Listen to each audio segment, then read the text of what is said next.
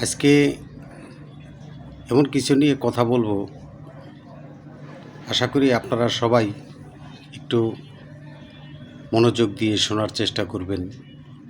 কারণ হলো, আমরা তো সবাই বাংলাদেশের মুসলমান জাতি।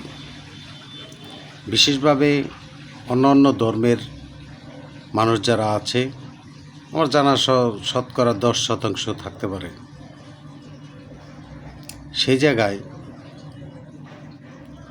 কিছু মানুষ মহিলাদের নিয়ে কটূক্তি মন্তব্য করে থাকেন। আসলে তারা কোন জাতির মানুষ একমাত্র তারাই জানেন। আজকে দেখা গেছে যে মা বোনদের নিয়ে আমি মন্তব্য করছি,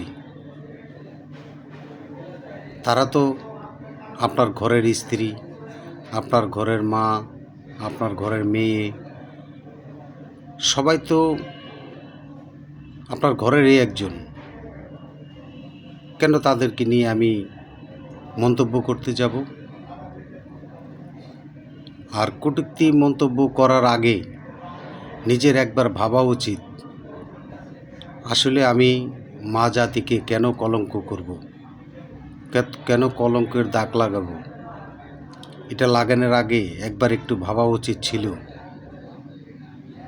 আজকে দেখেন, এই কথার কারণে সারা বাংলাদেশের মানুষ কিন্তু তাকে ঘৃণার পাত্র হিসাবে দেখছেন।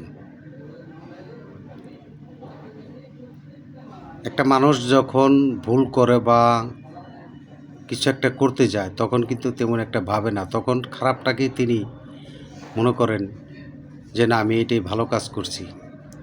কিন্তু আসলে দৃষ্টিগুণের সমাজে বা বিভিন্ন জায়গায় সেটা কিন্তু আসলেও ভালো কোনো কাজ নয়।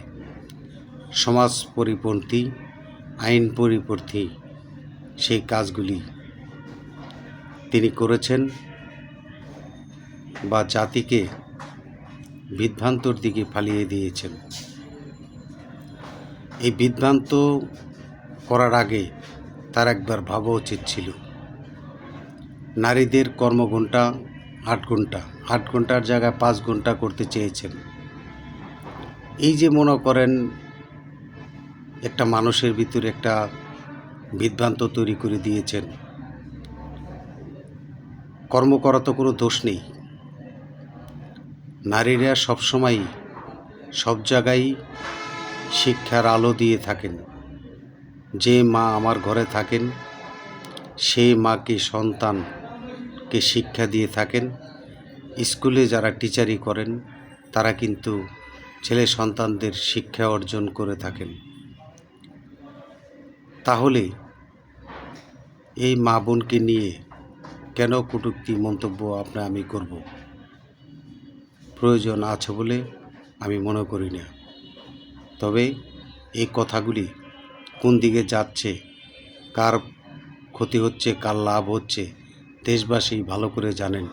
আপনাদের মতামত প্রকাশ করবেন। আশা করি সবাই ভালো থাকবেন।